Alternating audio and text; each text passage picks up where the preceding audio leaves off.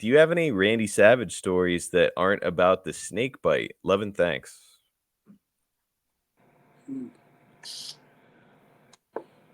I don't know. Let me think about that for a second. Sure. We'll return to it. Let's get on to Uh, JB. Oh, you got one? yeah, I got one. Go ahead. We got called to the front to talk about our match. This was going to be it's where they put me against Savage in on Saturday night main event, Yeah. and Hogan was not on the show. Big So opportunity.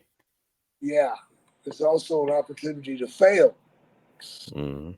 The pressure was on. They came to us and said nobody has had this much time to have a match as long as we've been doing this. We had 3 segments to wrestle through. So uh, what was the guy's name? Run NBC. Oh, oh shit. Shit. I know the exact guy you're talking about. Cocksucker. No, that's not it. Yeah, that's it, brother. Yeah.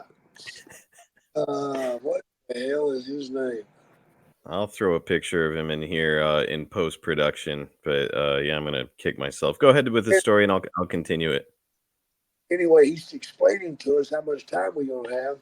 And he's like, I'll tell you this right now, guys. If the numbers fall when we go to break, you guys might as well pack your fucking bags and head for Poughkeepsie, New York, because you'll be on local television for the rest of your lives. Dick Ebersol was the motherfucker who said that. Oh, yeah. Yeah. So Savage freaked out. We got to do something special. Oh, my God. We got to turn it up 2 or 3 notches. Yeah, he wanted to change his whole fucking character up, man. Jesus Christ. He was freaking out. He's going to have Liz do something. He was going to do this. I mean, he's just way too much. I'm like, Randy, wait a minute, man. The reason they picked us is because they know that we can get the job done. And all we got to do is go out there and do what we do. We don't have to Damn change. right. So, man, when we hit the ring, brother, he's going off on me, man. He's coming at me loaded, man. He's ready to fire all guns are loaded, and he's ready to fire them all at once. So all I did was block and cover, block and cover, block and cover, and then I'd lean on him. After about 5 or 6 minutes of him throwing me around and me leaning on him, he finally blew up. All right. And once he blew up, everything went back to being real again. And that's when we had a great match. In fact, his father came to me after the show and said that was the greatest match he'd ever seen Randy have. No shit. Yeah, yeah, it was pretty awesome. Pretty awesome. So that's a great Randy Savage story, and also it's this is Jake's podcast, so I'll take the opportunity to put him over real quick. Once Randy blows up, he's not in there calling spots anymore. It's all up to Jake. Jake is completely in charge. He's gassed and he's looking for help, man. I Now, went back to leaning on him, man, and just held him and let him come up, and we'd do a spot and we'd go back down to selling. That's the key, selling.